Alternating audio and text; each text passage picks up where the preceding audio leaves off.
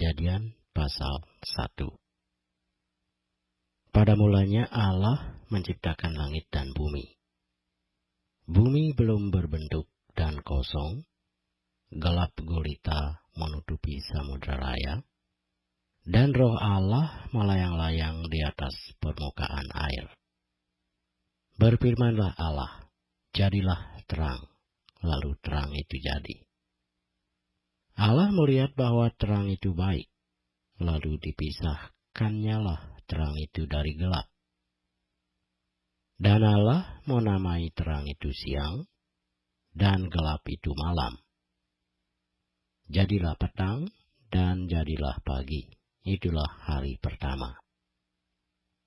Berfirmanlah Allah, jadilah cakrawala di tengah segala air, untuk memisahkan air dari air. Maka Allah menjadikan cakrawala, dan ia memisahkan air yang ada di bawah cakrawala itu dari air yang ada di atasnya. Dan jadilah demikian. Lalu Allah menamai cakrawala itu langit. Jadilah petang, dan jadilah pagi. Itulah hari kedua. Berfirmanlah Allah, hendaklah segala air yang di bawah langit berkumpul pada satu tempat, sehingga kelihatan yang kering. Dan jadilah demikian. Lalu Allah menamai yang kering itu darat, dan kumpulan air itu dinamainya laut. Allah melihat bahwa semuanya itu baik. Berfirmanlah Allah, hendaklah tanah menumbuhkan tunas-tunas muda, tumbuh-tumbuhan yang berbiji, segala jenis pohon buah-buahan yang menghasilkan buah yang berbiji, supaya ada tumbuh-tumbuhan di bumi. Dan jadilah demikian. Tanah itu menumbuhkan tunas-tunas muda, segala jenis tumbuh-tumbuhan yang berbiji, dan segala jenis pohon-pohonan yang menghasilkan buah yang berbiji. Allah melihat bahwa semuanya itu baik. Jadilah petang, dan jadilah pagi. Itulah hari ketiga. Berfirmanlah Allah, jadilah benda-benda penerang pada cakrawala untuk memisahkan siang dari malam. Biarlah benda-benda penerang itu menjadi tanda yang menunjukkan masa-masa yang tetap, dan hari-hari, dan tahun-tahun, dan sebagai penerang pada cakrawala biarlah benda-benda itu menerangi bumi. Dan jadilah demikian. Maka Allah menjadikan kedua benda penerang yang besar itu, yakni yang lebih besar untuk menguasai siang, dan yang lebih kecil untuk menguasai malam, dan menjadikan juga bintang-bintang. Allah menaruh semuanya itu di cakrawala untuk menerangi bumi, dan untuk menguasai siang dan malam, dan untuk memisahkan terang dari gelap. Allah melihat bahwa semuanya itu baik. Jadilah petang, dan jadilah pagi. Itulah hari keempat. Berfirmanlah Allah, hendaklah dalam air berkeriapan makhluk yang hidup, dan hendaklah burung berterbangan di atas bumi melintasi cakrawala. Maka Allah menciptakan binatang-binatang laut yang besar, dan segala jenis makhluk hidup yang bergerak, yang berkeriapan dalam air, dan segala jenis burung yang bersayap. Allah melihat bahwa semuanya itu baik. Lalu Allah memberkati semuanya itu. Firman-Nya, berkembang biaklah dan bertambah banyaklah, serta penuhilah air dalam laut, dan hendaklah burung-burung di bumi bertambah banyak. Jadilah petang, dan jadilah pagi. Itulah hari kelima. Berfirmanlah Allah, hendaklah bumi mengeluarkan segala jenis makhluk yang hidup, ternak dan binatang melata, dan segala jenis binatang liar. dan jadilah demikian. Allah menjadikan segala jenis binatang liar, dan segala jenis ternak, dan segala jenis binatang melata di muka bumi. Allah melihat bahwa semuanya itu baik. Berfirmanlah Allah, baiklah kita menjadikan manusia menurut gambar dan rupa kita, supaya mereka berkuasa atas ikan-ikan di laut, dan burung-burung di udara, dan atas ternak, dan atas seluruh bumi, dan atas segala binatang melata yang merayap di bumi. Maka Allah menciptakan manusia itu menurut gambarnya. Menurut gambar Allah diciptakannya dia, laki-laki dan perempuan diciptakannya mereka. Allah memberkati mereka.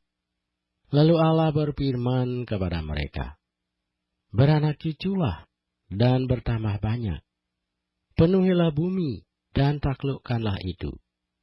Berkuasalah atas ikan-ikan di laut dan burung-burung di udara, dan atas segala binatang yang merayap di bumi. Berfirmanlah Allah, lihatlah, aku memberikan kepadamu segala tumbuh-tumbuhan yang berbiji di seluruh bumi, dan segala pohon-pohonan yang buahnya berbiji, itulah akan menjadi makananmu. Tetapi kepada segala binatang di bumi, dan segala burung di udara, dan segala yang merayap di bumi yang bernyawa, kuberikan segala tumbuh-tumbuhan hijau menjadi makanannya. Dan jadilah demikian. Maka Allah melihat segala yang dijadikannya itu sungguh amat baik. Jadilah petang, dan jadilah pagi. Itulah hari ke-6. Kejadian pasal 2. Demikianlah diselesaikan langit dan bumi dan segala isinya. Ketika Allah pada hari ke-7 telah menyelesaikan pekerjaan yang dibuatnya itu, berhentilah ia pada hari ke-7 dari segala pekerjaan yang telah dibuatnya itu. Lalu Allah memberkati hari ke-7 itu dan menguduskannya, karena pada hari itulah ia berhenti dari segala pekerjaan penciptaan yang telah dibuatnya itu. Demikianlah riwayat langit dan bumi pada waktu diciptakan.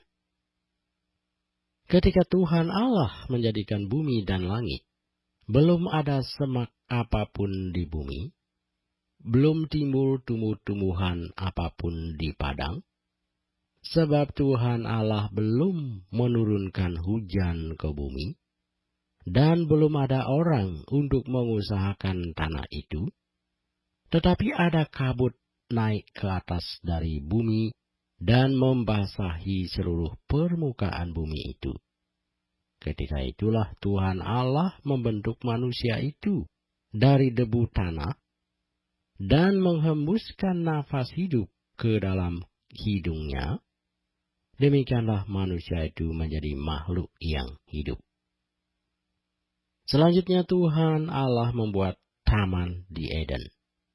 Di sebelah timur, disitulah ditempatkannya manusia yang dibentuknya itu. Lalu Tuhan Allah menumbuhkan berbagai-bagai pohon dari bumi yang menarik dan yang baik untuk dimakan buahnya, dan pohon kehidupan di tengah-tengah taman itu, serta pohon pengetahuan tentang yang baik dan yang jahat. Ada suatu sungai mengalir dari Eden untuk membasahi taman itu, dan dari situ sungai itu terbagi menjadi 4 cabang.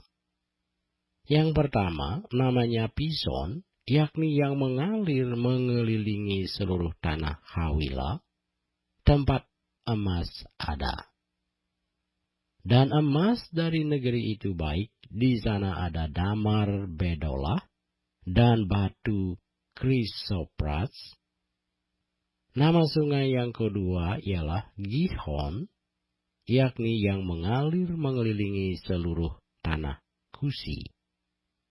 Nama sungai yang ketiga ialah Tigris, yakni yang mengalir di sebelah timur Asur. Dan sungai yang keempat ialah Efrat. Tuhan Allah mengambil manusia itu dan menempatkannya dalam Taman Eden untuk mengusahakan dan memelihara taman itu. Lalu Tuhan Allah memberi perintah ini kepada manusia. Semua pohon dalam taman ini boleh kau makan buahnya dengan bebas. Tetapi pohon pengetahuan tentang yang baik dan yang jahat itu, janganlah kau makan buahnya. Sebab pada hari engkau memakannya, pastilah engkau mati. Tuhan Allah berfirman, tidak baik kalau manusia itu seorang diri saja. Aku akan menjadikan penolong baginya, yang sepadan dengan dia. Lalu Tuhan Allah membentuk dari tanah segala binatang hutan dan segala burung di udara. Dibawanyalah semuanya kepada manusia itu untuk melihat bagaimana ia menamainya, dan seperti nama yang diberikan manusia itu kepada tiap-tiap makhluk yang hidup, demikianlah nanti nama makhluk itu. Manusia itu memberi nama kepada segala ternak, kepada burung-burung di udara, dan kepada segala binatang hutan. Tetapi baginya sendiri, ia tidak menjumpai penolong yang sepadan dengan dia. Lalu Tuhan Allah membuat manusia itu tidur nyenyak. Ketika ia tidur, Tuhan Allah mengambil salah satu rusuk daripadanya, lalu menutup tempat itu dengan daging. Dan dari rusuk yang diambil Tuhan Allah dari manusia itu, dibangunnyalah seorang perempuan, lalu dibawanya kepada manusia itu. Lalu berkatalah manusia itu, inilah dia, tulang dari tulangku, dan daging dari dagingku. Ia akan dinamai perempuan, sebab ia diambil dari laki-laki. Sebab itu seorang laki-laki akan meninggalkan ayahnya dan ibunya, dan bersatu dengan istrinya, sehingga keduanya menjadi satu daging.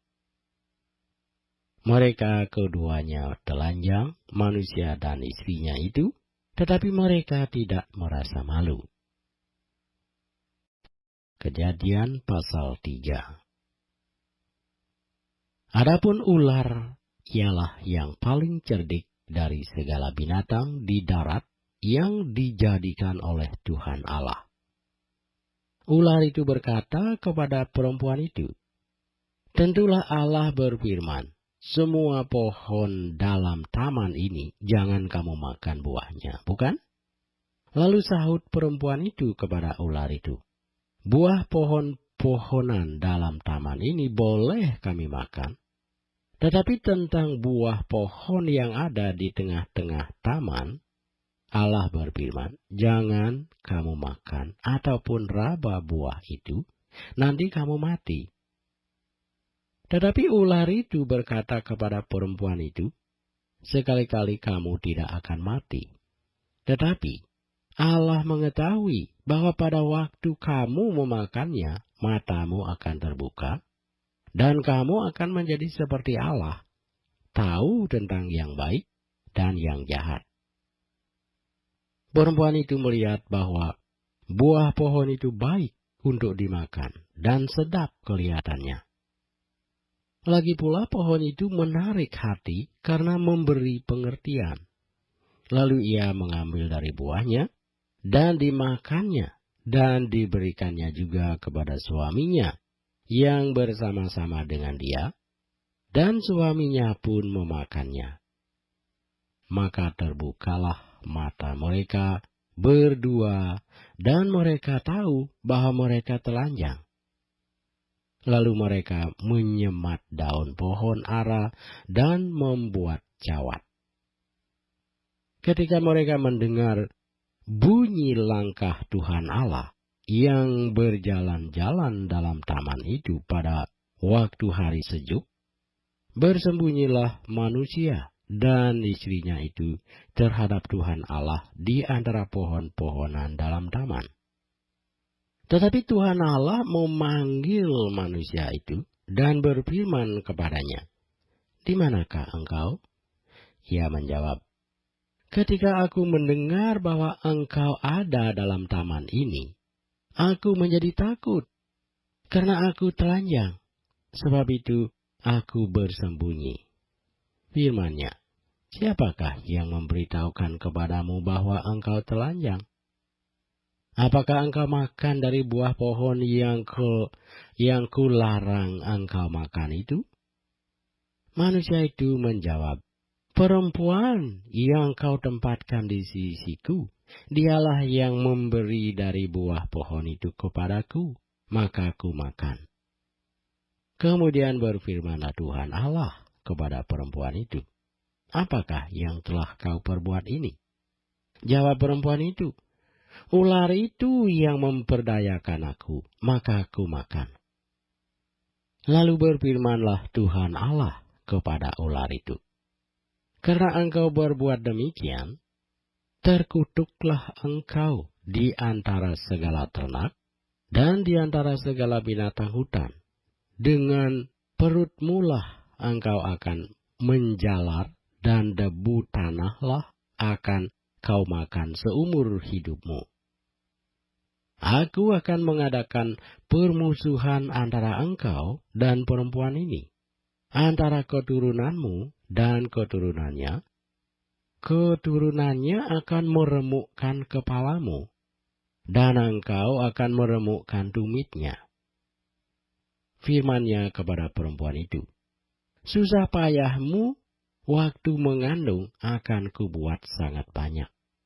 Dengan kesakitan engkau akan melahirkan anakmu, namun engkau akan birahi kepada suamimu, dan ia akan berkuasa atasmu."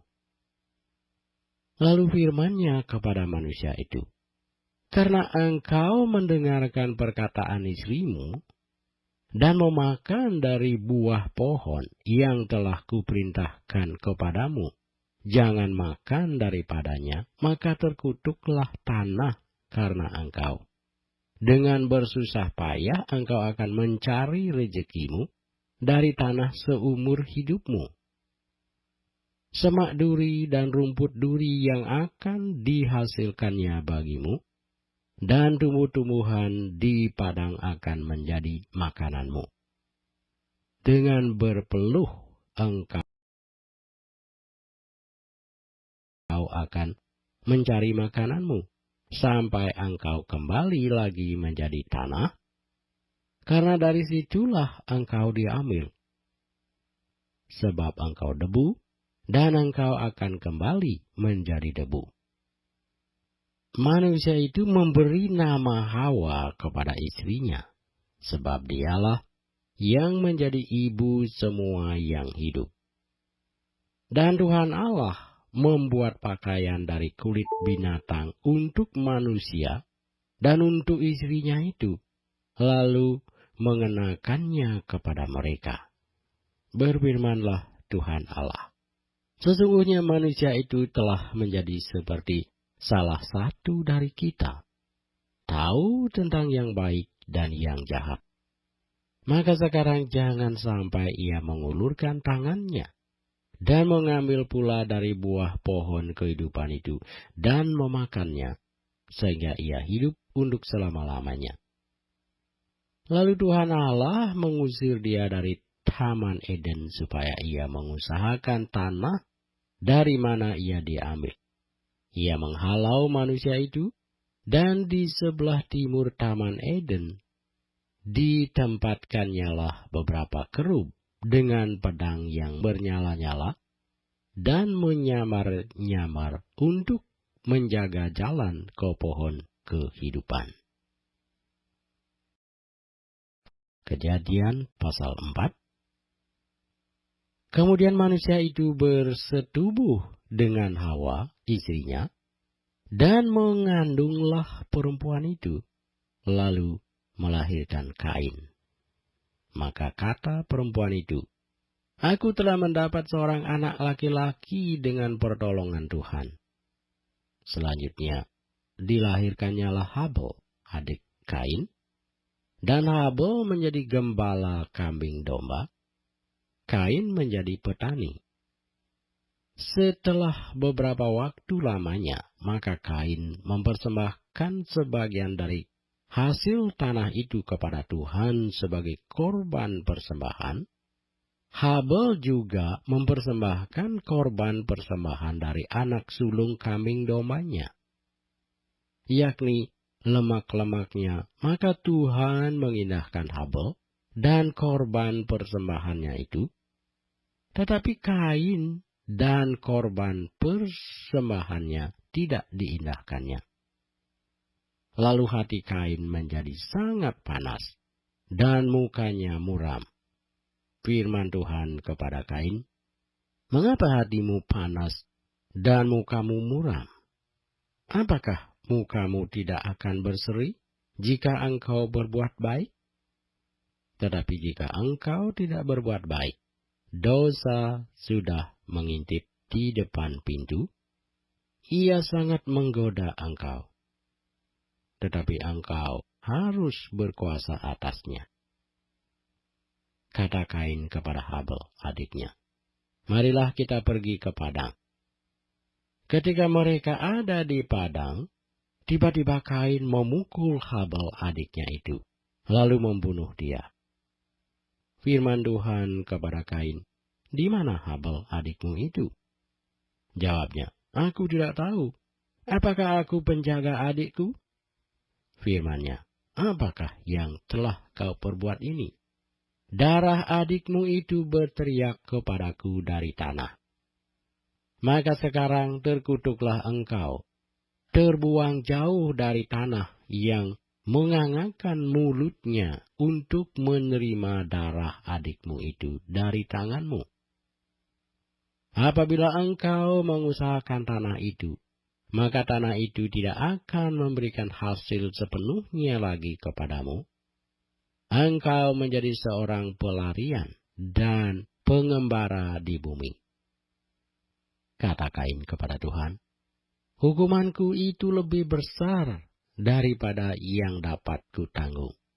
Engkau menghalau aku sekarang dari tanah ini, dan aku akan tersembunyi dari hadapanmu. Seorang pelarian dan pengembara di bumi, maka barang siapa yang akan bertemu dengan aku, tentulah akan membunuh aku." Firman Tuhan kepadanya, "Sekali-kali tidak. Barang siapa yang membunuh Kain, akan dibalaskan kepadanya 7 kali lipat."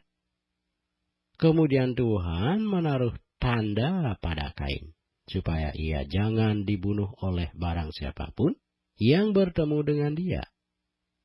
Lalu Kain pergi dari hadapan Tuhan, dan ia menetap di tanah Nod, di sebelah timur Eden. Kain bersetubuh dengan istrinya, dan mengandunglah perempuan itu, lalu melahirkan Henok. Kemudian Kain mendirikan suatu kota, dan dinamainya kota itu Henok, menurut nama anaknya.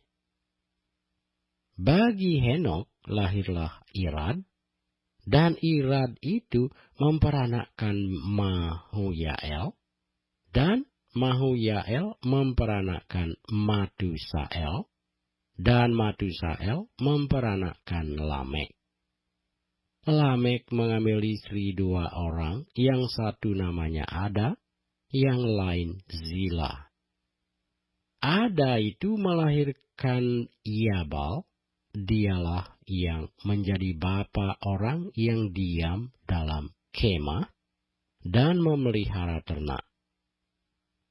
Nama adiknya ialah Yubal, dialah yang menjadi bapa semua orang yang memainkan kecapi dan suling.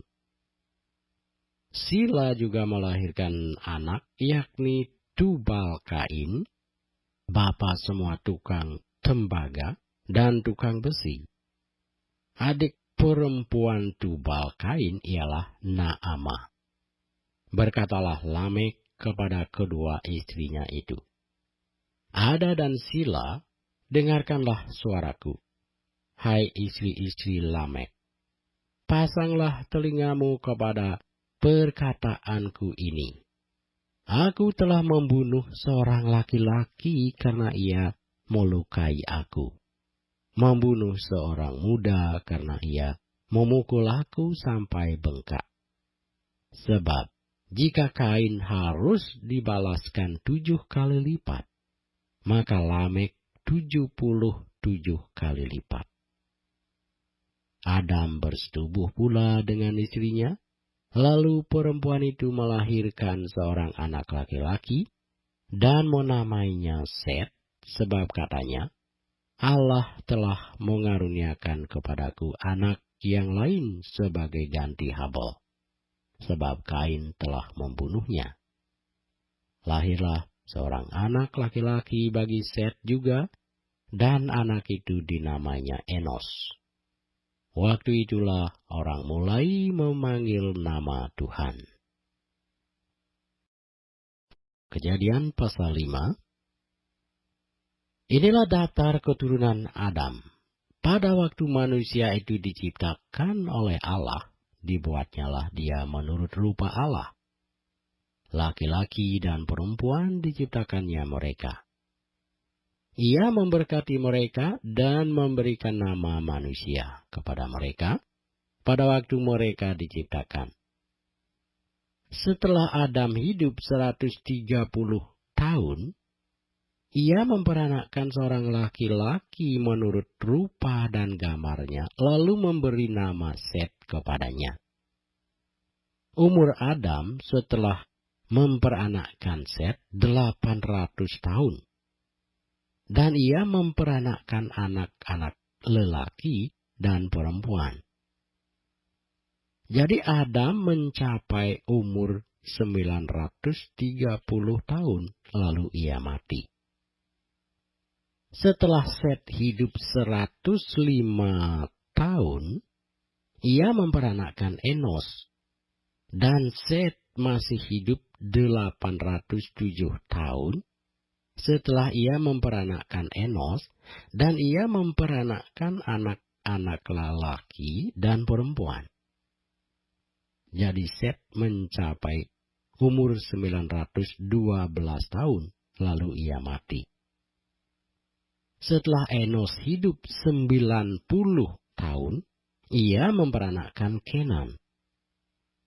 Dan Enos masih hidup 815 tahun. Setelah ia memperanakkan Kenan, dan ia memperanakkan anak-anak lelaki dan perempuan. Jadi Enos mencapai umur 905 tahun, lalu ia mati. Setelah Kenan hidup 70 tahun, ia memperanakkan Mahalalil, dan Kenan masih hidup 860 tahun, setelah ia memperanakkan Mahalalil. Dan ia memperanakkan anak-anak lelaki dan perempuan. Jadi, Kenan mencapai umur 910 tahun, lalu ia mati. Setelah Mahalalil hidup 65 tahun, ia memperanakkan Yared. Dan Mahalalil masih hidup 830 tahun setelah ia memperanakkan Yared. Dan ia memperanakkan anak-anak lelaki dan perempuan. Jadi Mahalalil mencapai umur 895 tahun, lalu ia mati. Setelah Yared hidup 162 tahun, ia memperanakkan Henok. Dan Yared masih hidup 800 tahun setelah ia memperanakkan Henok. Dan ia memperanakkan anak-anak lelaki dan perempuan. Jadi Yared mencapai umur 962 tahun, lalu ia mati. Setelah Henok hidup 65 tahun, ia memperanakkan Metusalah. Dan Henok hidup bergaul dengan Allah selama 300 tahun lagi setelah ia memperanakkan Matusalah, dan ia memperanakkan anak-anak lelaki dan perempuan. Jadi Henokh mencapai umur 365 tahun. Dan Henokh hidup bergaul dengan Allah. Lalu ia tidak ada lagi, sebab ia telah diangkat oleh Allah. Setelah Matusalah hidup 187 tahun, ia memperanakkan Lamek. Dan Matusalah masih hidup 782 tahun setelah ia memperanakkan Lamek. Dan ia memperanakkan anak-anak lelaki dan perempuan. Jadi Matusalah mencapai umur 969 tahun, lalu ia mati.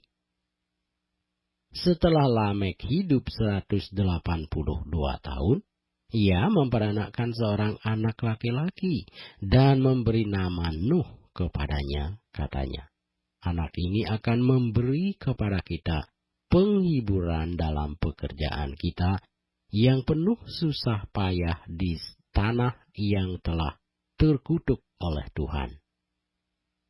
Dan Lamek masih hidup 595 tahun setelah ia memperanakkan Nuh, dan ia memperanakkan anak-anak lelaki dan perempuan.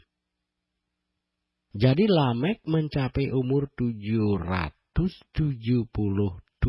tahun lalu ia mati.